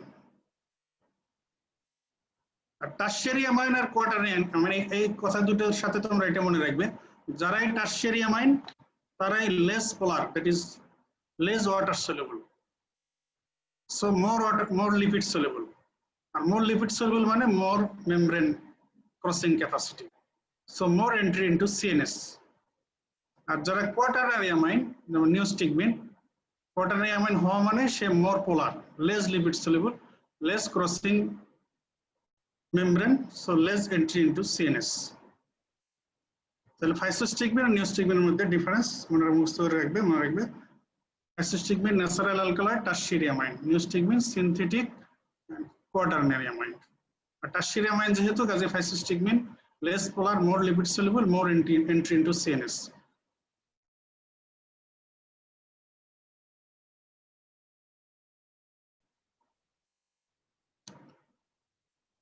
Physostigmine are more activity at muscarinic receptor sites, and neostigmine are more activity at nicotinic receptor sites. তো এই যে ক্রাইটেরিয়া গুলো বলা হলো এর বেসিসে এর ইউজ আসতেছে। ফাইসোস্টিগমিন যেহেতু এটার সিএনএস এন্ট্রি গুড, এই কারণে এই গ্লোকোমাতে অ্যাট্রোপিন পয়জনিং এ এটা ইউজ করা হয়। আর নিওস্টিগমিনের এটা সিএনএস এন্ট্রি লেস, কাজে এটার অ্যাকশন মূলত পেরিফেরালি, ইউজও পেরিফেরাল। দেখো একটা হলো number 1 use of নিওস্টিগমিন is to reverse the effect of muscle relaxant after surgery. তো তোমাদের তো অ্যানাস্থেটিক্স এখনো পড়ানো হয়নি। জেনারেল অ্যানাস্থেটিক্স এর রিলেশনে স্কেলেটাল মাসেল রিল্যাক্সেন্ট ইউজ হয় to relax the abdominal muscle, specially for abdominal operation. তো যখন আবার সার্জারি শেষ হয়ে যায় তখন এই মাসেল রিল্যাক্সেন্টের অ্যাকশনকে রিভার্স করার প্রয়োজন। তো অ্যানাস্থেটিকের অ্যাকশন তো অ্যানাস্থেটিক ড্রাগ স্টপ করে দিলে এরপরে কিছুক্ষণের মধ্যে রিভার্স হয়ে যাবে, কিন্তু মাসেল রিল্যাক্সেন্টের অ্যাকশন এটা রিভার্স করার জন্য এই নিওস্টিগমিন ইউজ করা হয়। নিওস্টিগমিন ইউজ করলে আমরা নিওস্টিগমিনের যে নিকোটিনিক ইফেক্ট হচ্ছে যে সে নিকোটিনিক রিসেপ্টর অন স্কেলিটাল মাসেলে কাজ করে কন্ট্রাকশন অ্যাক্টিভিটি স্টার্ট করে দিবে, ইনক্লুডিং ডায়াফ্রাম। অ্যানাস্থেসিয়ার সময় যে ডায়াফ্রামও প্যারালাইজ হয়, আর্টিফিশিয়াল রেসপিরেশন দেওয়া হয়, এটা এখন স্পন্টেনিয়াস রেসপিরেশন এস্টাবলিশ করতে হলে এই স্কেলিটাল মাসেল রিল্যাক্সেন্টের ইফেক্টকে রিভার্স করতে হয়। এই পারপাসে নিওস্টিগমিন ইউজ হয়। নাউএডেজ এটার মেইন ইউজ হচ্ছে এটাই। এছাড়া paralytic ileus, bladder অ্যাটনি and a specific disease, neurologic disease, myasthenia gravis. যদি এখন myasthenia gravis এর ট্রিটমেন্টে নিওস্টিগমিন এর চাইতে প্রেফার করা হয় পাইরিডোস্টিগমিন। এটা কিন্তু আমি ওই লিস্টে দেখিয়েছি, নিওস্টিগমিনের পরে পাইরিডোস্টিগমিন বলা হয়েছে, পাইরিডোস্টিগমিন। আগে নিওস্টিগমিন ইউজ করা হতো myasthenia gravis ট্রিটমেন্ট, এখন না মাঝে মাঝে হয়, তো বেশি হয় পাইরিডোস্টিগমিন। আচ্ছা, এবার এই myasthenia gravis সম্পর্কে একটু কথা। যেহেতু এই অটোনমিক রিসেপ্টরস আর মাসকারিনিক রিসেপ্টর আর নিকোটিনিক রিসেপ্টর, এটা হলো নিকোটিনিক রিসেপ্টরের সাথে একটা link disease. Myasthenia gravis is an autoimmune disease. In this disease there is autoantibody formation directly present on skeletal muscle. The skeletal muscle এর nicotinic receptor against autoantibody formation। তো এই autoantibody nicotinic রিসেপ্টরের সাথে bind করে দেয়, তখন আর acetylcholine ওই nicotinic রিসেপ্টরের সাথে bind করতে পারে না। সো কোলিনার্জিক সিনাপটিক ট্রান্সমিশন এট নিউরোমাসকুলার জাংশন এটা ইম্পেয়ার্ড হয়ে যায়। আর যদি কোলিনার্জিক অ্যাক্টিভিটি সিনাপটিক ট্রান্সমিশন না হতে পারে তাহলে ওই স্কেলেটাল মাসেলের অ্যাক্টিভিটি হবে, নিউরোমাসকুলার জাংশন, নিউরোমাসকুলার ট্রান্সমিশন এটা ইম্পেয়ার্ড হবে, পেশেন্টের মাসেল উইকনেস, ফ্যাটিগেবিলিটি এগুলো ডেভেলপ করবে। তাহলে একটা অটোইমিউন ডিজিজ, এখানে autoantibody is formed against nicotinic receptor present on skeletal muscle. তাহলে এই যে ফিচার গুলো সব কিন্তু মাসেল উইকনেসের জন্য, স্কেলেটাল মাসেল এর অ্যাক্টিভিটি এই নিউরোমাসকুলার ট্রান্সমিশন ইম্পেয়ার্ড হওয়ার জন্য। ইনিশিয়ালি কসিস, হ্যাঁ বলো স্যার, এটা বুঝি নাই, আর একবার একটু বলতেন। আচ্ছা, মায়াস্থেনিয়া গ্রাভিস এটা একটা অটোইমিউন ডিজিজ। অটোইমিউন মানে এখানে অটো অ্যান্টিবডি ফরমেশন হয় কার এগেইনস্টে? Nicotinic receptor present on skeletal muscle. মনে করে দেখো N present on skeletal muscle. তো নরমালি কি অ্যাসিটাইলকোলিন ওই স্কেলেটাল মাসেলের নিউরোমাস্কুলার জাংশনের নিকোটিনিক রিসেপ্টরের সাথে বাইন্ড করতো, নিউরোমাস্কুলার ট্রান্সমিশন হয়ে যেত, তো মাসেল কন্ট্রাকশন হইতো, মাসেল অ্যাক্টিভিটি, তার মুভমেন্ট, তার পশ্চাৎ চেঞ্জ, তার চলাফেরা, কথাবার্তা সবকিছু সব জায়গার স্কেলিটাল মাসেলের। এখন অটো অ্যান্টিবডি যদি ওই নিকোটিনিক রিসেপ্টরকে ব্লক করে থাকে, তখন অ্যাসিটাইলকোলিন তো ওই নিকোটিনিক রিসেপ্টরে আর কাজ করতে পারবে না, যার ফলে নিউরোমাস্কুলার ট্রান্সমিশন হবে না। তাহলে ওই সব মাসেলের অ্যাক্টিভিটি, ওই সব মাসেলের কন্ট্রাকশন এগুলো আর হবে না। না হলে ওই সব মাসেল, এই লিম্ব মাসেলে যদি স্কেলিটাল মাসেলের অ্যাক্টিভিটি না থাকে, কন্ট্রাকশন না থাকে, তাহলে সে লিম্ব উইকনেস ফিল করবে। এক্সট্রাগুলার মাসেলের যদি অ্যাক্টিভিটি না থাকে, তাহলে এক্সট্রাগুলার এই ফিচার গুলো হয় টসিস, ডিপ্লোপিয়া। যদি muscles needed for speaking, muscles needed for swallowing, এগুলোর উইকনেস হলে difficulty in speaking, difficulty in swallowing, এগুলো হবে। এই হচ্ছে মেকানিজম। তাহলে সিমটমস এন্ড সাইন্স হচ্ছে টসিস, ডিপ্লোপিয়া, লিম্ব উইকনেস, ফ্যাটিগিবিলিটি, ইজি ফ্যাটিগিবিলিটি। এইসব পেশেন্ট যেহেতু রিসেপ্টরে কাজই করতে পারতেছে না, ইজি ফ্যাটিগিবিলিটি হয়, difficulty in physical activity. Myasthenia গ্রাভিসের ডায়াগনোসিসের জন্য আমরা ওই রিভার্সিবল অ্যান্টিকোলিনেস্টেরয়েড যে দেখিয়েছি, তার মধ্যে একটা নাম ছিল কিন্তু এড্রোফোনিয়াম, লাস্টে দেওয়া ছিল এটা এড্রোফোনিয়াম। এড্রোফোনিয়াম হচ্ছে ultra short acting, very short acting, এই জন্য it is used for diagnosis of myasthenia গ্রাভিস। And ওয়ার্ল্ডে এই এড্রোফোনিয়ামটা একটা নামেই পাওয়া যায়, টেনসিলন। এই জন্য এড্রোফোনিয়াম দিয়ে টেস্টটা করা হয়, এই জন্য এটার নাম টেনসিলন টেস্ট। তো এটা কি করা হয়, 2 মিলিগ্রাম আইভি এড্রোফোনিয়াম দেওয়া হয়, দিলে উইদিন 30 সেকেন্ডস সিমটম ইমপ্রুভমেন্ট হয়।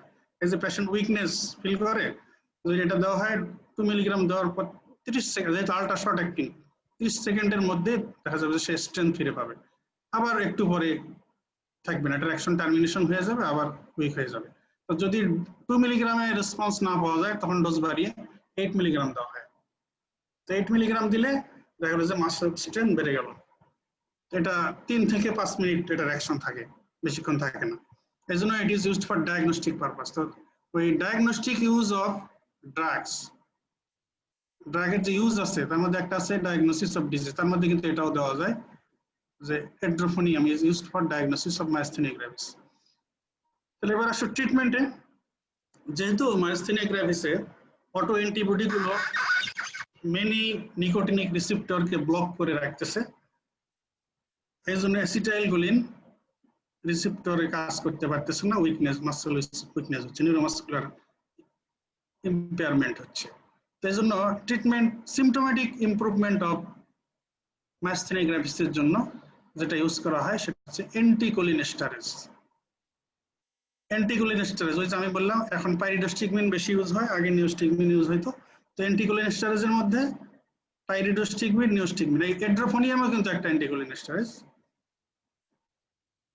তো পাইরিডোস্টিগমিন, নিওস্টিগমিন, অ্যান্টিকোলিন, এগুলো দিলে হবে কি, তারা কোলিনেস্টেরেজ এনজাইমকে ইনহিবিট করবে, তাহলে অ্যাসিটাইলকোলিন আর ব্রেকডাউন হবে না। তো তাহলে এই অ্যান্টিবডি ব্লক করার পরে বাকি যা রিসেপ্টর আছে ওগুলোর উপরে অ্যাসিটাইলকোলিন কনসেন্ট্রেশন যখন বেড়ে যাবে অ্যাসিটাইলকোলিনের, মনে করা হয় যে তখন মোটামুটি কাজ করবে, তো সিমটম ইমপ্রুভমেন্ট হবে।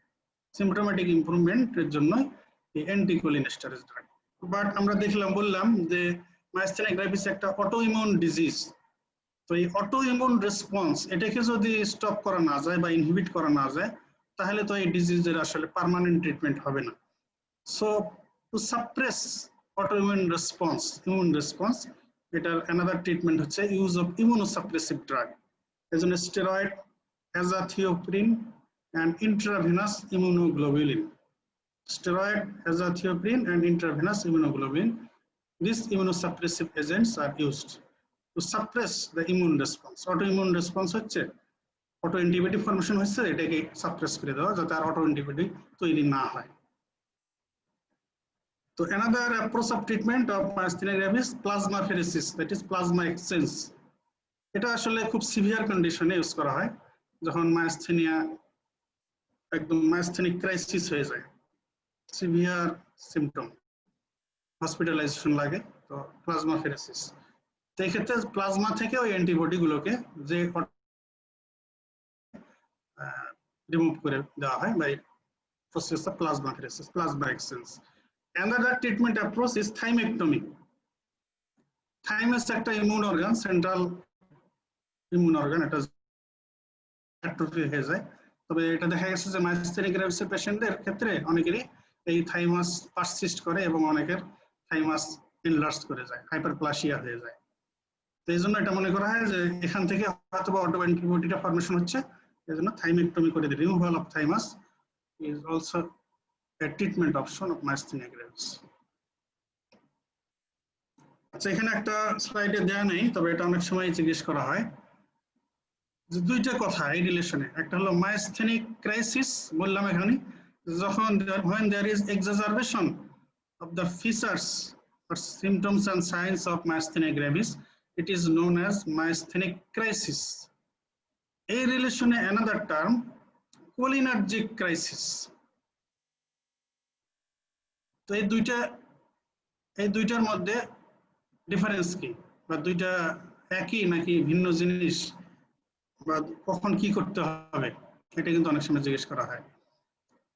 তাহলে যখন মায়াস্থেনিক ক্রাইসিস হয়ে গেছে, তার মানে মায়াস্থেনিক গ্রেভিসের সিমটম গুলোই অনেক বেড়ে গেছে। তো তখন কি করতে হবে, এটার ম্যানেজমেন্ট। তখন বুঝতে হবে যে আমরা যে ডোজে তাকে তার সিমটম ইমপ্রুভ করার জন্য, ডোজ ইজ নট অ্যাডিকুয়েট, তখন ডোজ বাড়াইতে হবে। এটা ডোজ বাড়াইতে হবে। আর বেশি সিরিয়াস হয়ে গেলে তো এই যে এইসব ট্রিটমেন্ট লাগে, প্লাজমাফেরেসিস, এই যে ইন্টারভেনাস ইমিউনোগ্লোবুলিন এগুলো লাগে, হসপিটালাইজেশন লাগে, অনেক সময় আইসিইউ ম্যানেজমেন্ট লাগে। তো সেগুলো তো ভিন্ন কথা। তবে এই রিলেশনে, ড্রাগের রিলেশনে যেটা কথা, যখন there is exacerbation of symptom of myasthenia gravis, তখন বুঝতে হবে যে আমাদের অ্যান্টিকোলিনেস্টারেজ ড্রাগের dose not adequate, dose should be increased.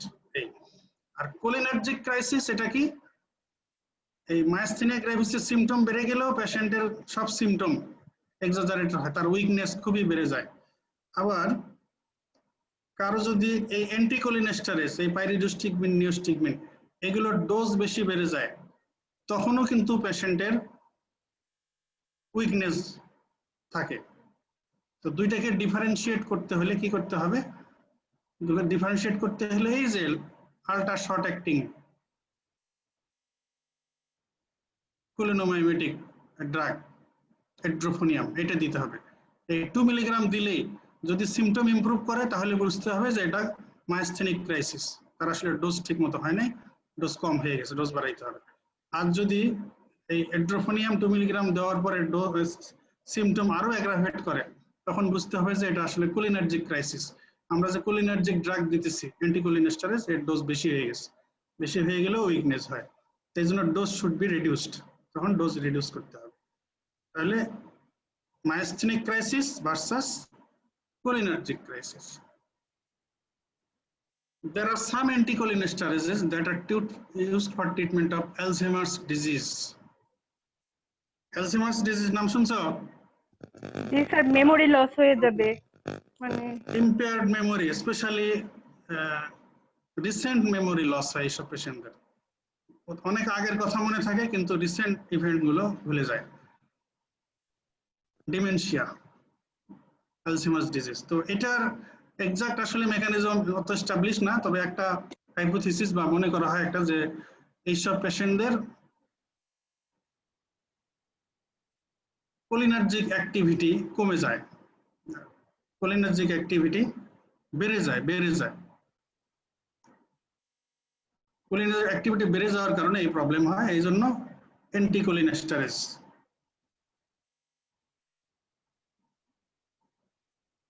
অ্যান্টিকোলিনেস্টারেজ দিলে কি হবে, কোলিনেস্টারেজের অ্যাক্টিভিটি বেড়ে যাবে,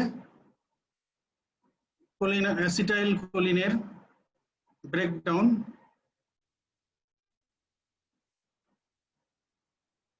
increased level of acetylcholine in synapse improve the dementia of Alzheimer's disease. তো যদি অ্যান্টিকোলিনেস্টারেজ দেওয়া হয়, তাহলে কোলিনেস্টারেজ এনজাইম গুলো ইনহিবিটেড হয়ে যাবে, তাহলে অ্যাসিটাইলকোলিন এর অ্যাক্টিভিটি বেড়ে যাবে। তাহলে প্যাথোজেনেসিসটা কি হচ্ছে, যেটা বলতেছিলাম একটু উল্টা হয়ে গেছে। অ্যালঝেইমার্স ডিজিজের পেশেন্টদের ক্ষেত্রে মনে করা হয় যে there is reduced level of acetylcholine in brain.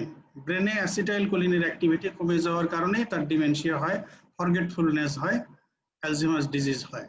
তো তাহলে অ্যাপ্রোচটা হবে এই যে আমরা যেহেতু অ্যাসিটাইলকোলিনের অ্যাক্টিভিটি ইন ব্রেন এটা কমে গেছে, এই কারণে ডিমেনশিয়া হচ্ছে, ফরগেটফুলনেস হচ্ছে, অ্যালঝেইমার্স ডিজিজ হয়ে গেছে। তো কাজে আমরা এমন ড্রাগ ইউজ করব যেটা দিলে অ্যাসিটাইলকোলিনের অ্যাক্টিভিটি বেড়ে যাবে। তো অ্যাসিটাইলকোলিনের অ্যাক্টিভিটি বেড়ে যাওয়ার জন্য এখানে ইনডাইরেক্ট অ্যাক্টিংটাই ইউজ করা হয়, that is অ্যান্টিকোলিনেস্টারেজ। Anticholinesterase dile, anticholinesterase will inhibit the acetylcholinesterase enzyme, so there is no breakdown of acetylcholine, so there is rise of level of acetylcholine in brain synapse, and there is improvement of symptoms of dementia in Alzheimer's disease. এখন এখানে কি কি acetylcholinesterase antagonist বা অ্যান্টিকোলিনেস্টারেজ use করা হয়? গ্যালান্টামিন, রিভাস্টিগমিন and ডোনেফেজিল। রিভাস্টিগমিন and ডোনেফেজিল, these are the anticholinesterases used for Alzheimer's disease.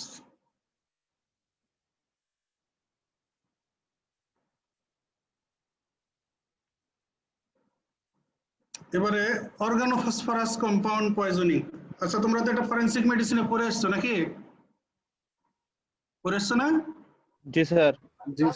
তাহলে তো এটা বেশি পড়ার দরকার নাই। আচ্ছা, সবই তো পড়ে আসার কথা, আমি একটু তাহলে তাড়াতাড়ি পাস করে চলে যাই। এটা অ্যাক্সিডেন্টাল পয়জনিং বা ইন্টেনশনাল পয়জনিং হতে পারে। অনেকে সুইসাইডাল পয়জনিং এর জন্য ওপিসি খেয়ে ফেলে। তো এখানে ওই যেহেতু অ্যান্টিকোলিনেস্টারেজ, তার মানে হলো যদি ওপিসি কেউ খায় তাহলে তার বডিতে এই ওপিসি কম্পাউন্ড গুলো কোলিনেস্টারেজ এনজাইম এর সঙ্গে বাইন্ড করে দিবে, এবং this bond is covalent bond.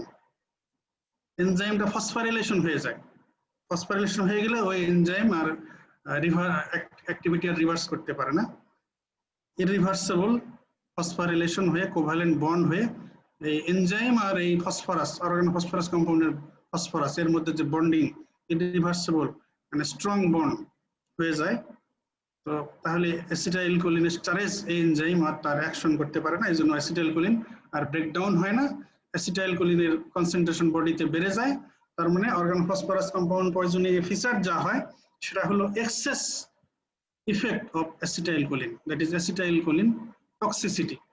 এটাকে আবার বলা হয় যে acute cholinergic syndrome.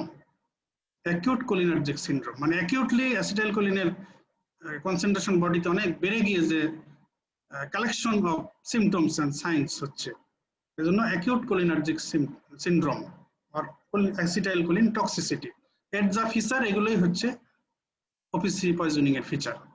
Excessive level of acetylcholine in the body, people constricted, profuse sweating, salivation, increased GI tract movement, diarrhea, vomiting এগুলো হতে পারে।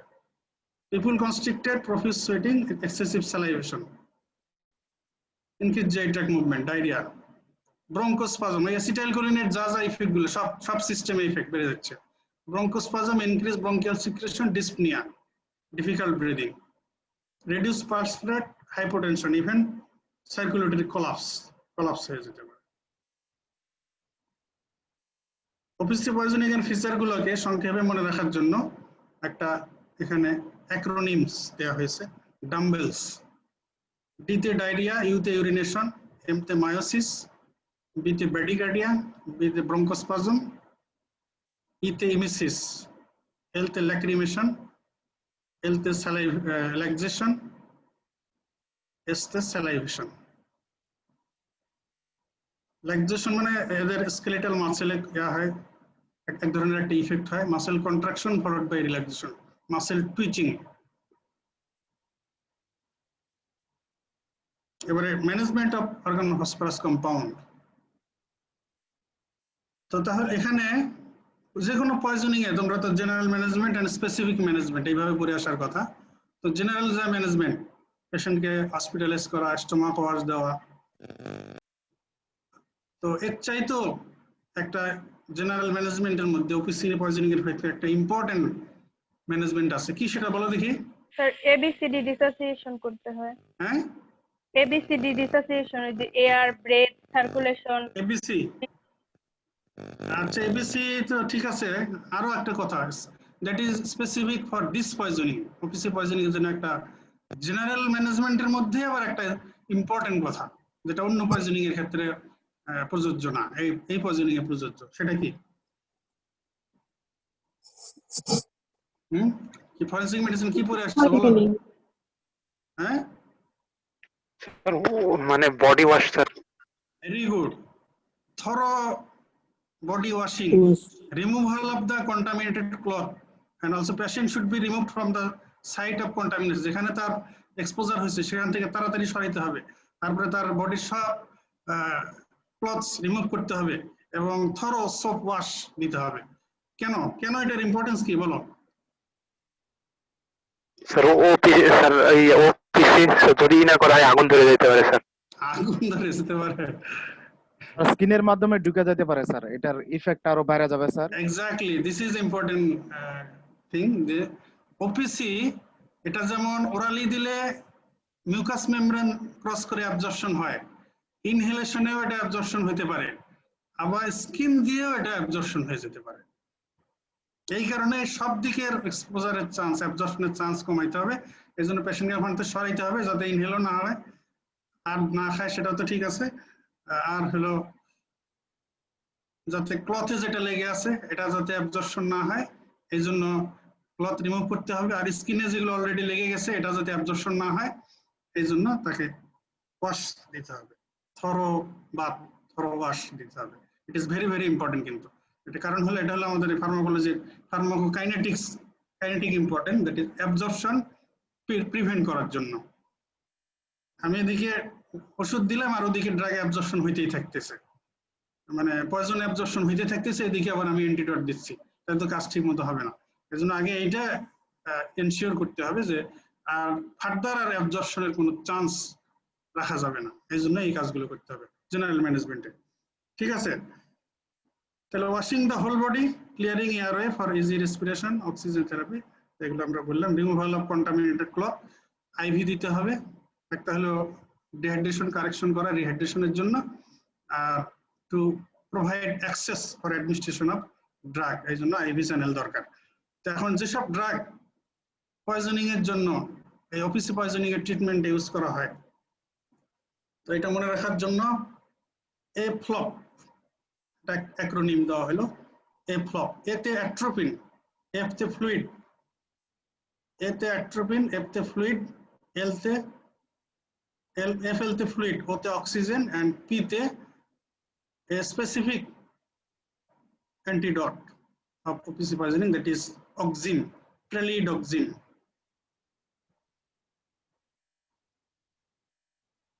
Atropine, IV fluid, oxygen, and pralidoxime. Important কয়েকটা কথা at a glance.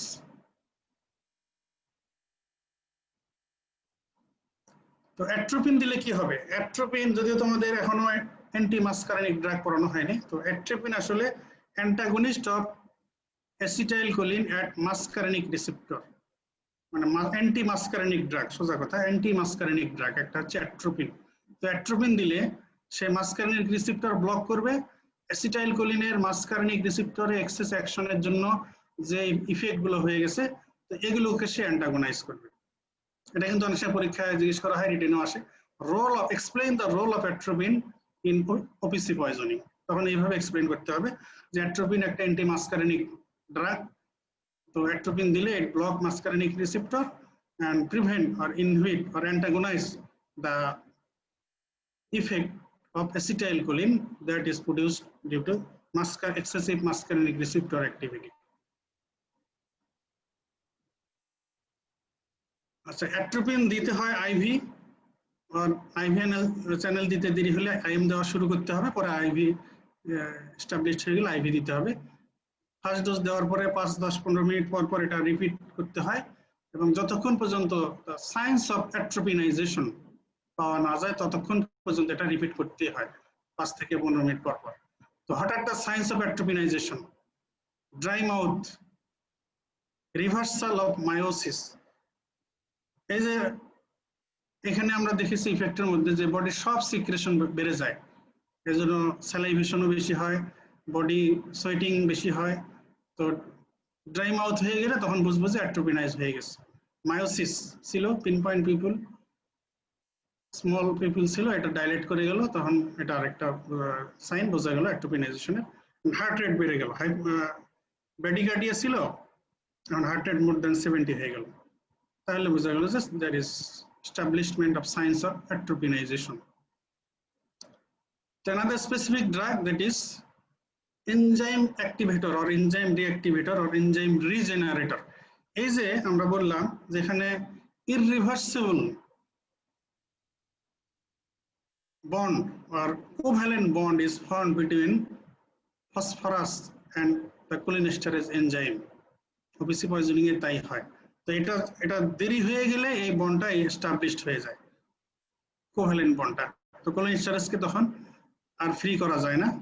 তো যদি ওই দিনে time limit এই গ্রুপের ড্রাগ দেওয়া হয়, এনজাইম রিজেনারেটর আর এনজাইম অ্যাক্টিভেটর, ওই দিনে টাইম পিরিয়ড এটা দিতে পারলে তো এই ড্রাগ ওই এনজাইমকে ফ্রি করতে পারে, রিঅ্যাক্টিভেট আর রিজেনারেট করতে পারে। তাহলে এনজাইম অ্যাক্টিভ হয়ে গেলে তো এনজাইম নিজেই অ্যাসিটাইল কোলিনকে ব্রেকডাউন করে এর যে এক্সেসিভ ইফেক্ট এর কারণে টক্সিসিটি পয়জনিং হচ্ছিল এগুলোকে টার্মিনেট করে দিতে পারবে। তো এই গ্রুপের ড্রাগের এক্সাম্পল, এই কমন নেম হচ্ছে অক্সিমস, মোস্ট কমনলি ইউজড এর মধ্যে হচ্ছে প্রেলিডক্সিম, পাম, পিএম, এছাড়া ডাই অ্যাসিটাইল মোনোঅক্সিম, ওবিডক্সিম এগুলো আছে, তবে সবচেয়ে বেশি ইউজ হচ্ছে প্রেলিডক্সিম। অক্সিম গ্রুপের মধ্যে প্রেলিডক্সিম ইজ মোস্টলি ইউজড, এছাড়া ডাইঅ্যাসিটাইল মোনোঅক্সিম, ওবিডক্সিম এগুলো আছে। তো অক্সিম group has high affinity for phosphorus atom. It can hydrolyze the phosphorylated cholinesterase. এই যে ফসফোরাইলেশন হয়ে গেছে কোলিনেস্টারেজ এনজাইমকে যদি আমরা 12 ঘন্টার মধ্যে এটাকে দিতে পারি তাহলে এটা এই ফসফোরাইলেটেড কোলিনেস্টারেজ এনজাইমকে হাইড্রোলাইসিস করে এনজাইমটাকে ফ্রি করে দিতে পারবে। বাট 12 ঘন্টা পার হয়ে গেলে এই বন্ডটা এমন স্টেবল বন্ড হয়ে যায় যে ফার্দার এটাকে আর এই ড্রাগ দিলেও ওই এনজাইমকে আর সে ফ্রি করতে পারবে না, রিজেনারেট বা রিঅ্যাক্টিভেট করতে পারবে না। It should be given within 12 hours of poisoning. আচ্ছা, এটা এখানে এই প্রেলিডক্সিমের অ্যাকশনটাকে এখানে সিম্বলিক্যালি দেখানো হয়েছে। এখানে দেখো, এই ছবিটা দেখিয়ে তোমাদের আজকের ক্লাস শেষ করে দিচ্ছি। এখানে এই যে অ্যাসিটাইল কোলিন এস্টারেজ এনজাইম, এই যে এইটুকু হচ্ছে অ্যাসিটাইল কোলিনেস্টারেজ এনজাইম, আর এইটুকু হচ্ছে ওপিসি। তাহলে এই ওপিসি এই কোলিনেস্টারেজ এনজাইমের সঙ্গে বন্ড ফর্মেশন করে দিয়েছে। তো এখন আমরা এই যে লাঠির মতো দেখা যাচ্ছে, এটা এখানে সিম্বলিক্যালি বোঝানো হচ্ছে, এটা হলো পাম, প্রেলিডক্সিম। তো প্রেলিডক্সিম যদি ইউজ করা হয়, সেই যে বন্ডটা কোলিনেস্টারেজ এনজাইম আর এই ওপিসির মাঝে যে বন্ডটা, এই বন্ডটাকে সে ভেঙে দেওয়ার চেষ্টা করবে। পরের ফিগারে দেখো, সে এখান থেকে ওটাকে আলাদা করে দিয়েছে। আলাদা করে দিলে কোলিনেস্টারেজ এনজাইম ফ্রি হয়ে গেল। এখন সে অ্যাসিটাইল কোলিন গুলোকে ব্রেকডাউন করে দিয়ে তার এক্সেস অ্যাক্টিভিটি এটাকে টার্মিনেট করে দেবে, ইমপ্রুভমেন্ট করবে ফিচার্স। দাস, তাহলে এখানে কোশ্চেন আসতে পারে, role of pralidoxime in OPC poisoning. তো তখন এটাকে এইভাবে এক্সপ্লেন করতে হবে যে pralidoxime is an enzyme regenerator or enzyme activator when it is given in OPC poisoning within 12 hours. It will regenerate or reactivate the cholinesterase enzyme by making it free from by breaking the bond, phosphorylation bond that was formed between cholinesterase and OPC. এর মধ্যে যে বন্ডটা formation হয়েছিল পেন্ডিডক্সিন এই বন্ডটাকে ভেঙে দিয়ে অ্যাসিটাইলকোলিনটাকে আলাদা করে দিল। বাস পেন্ডিডক্সিন is exerting its role in OPC poisoning. Okay, thank you very much.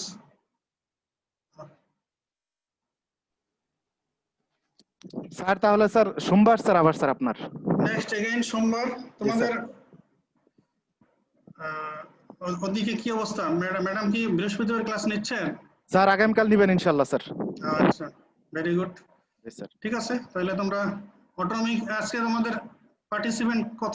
এত কম পার্টিসিপেন্ট স্যার 85 জন পর্যন্ত উঠছিল স্যার, এখন আর কি এখন তো 1.5 61 স্যার 1.5 ঘন্টা হয়ে গেছে তো স্যার ক্লাস, এই জন্য আর 1.5 ঘন্টা হয়ে গেছে। 1.5 ঘন্টা হয়ে গেছে স্যার।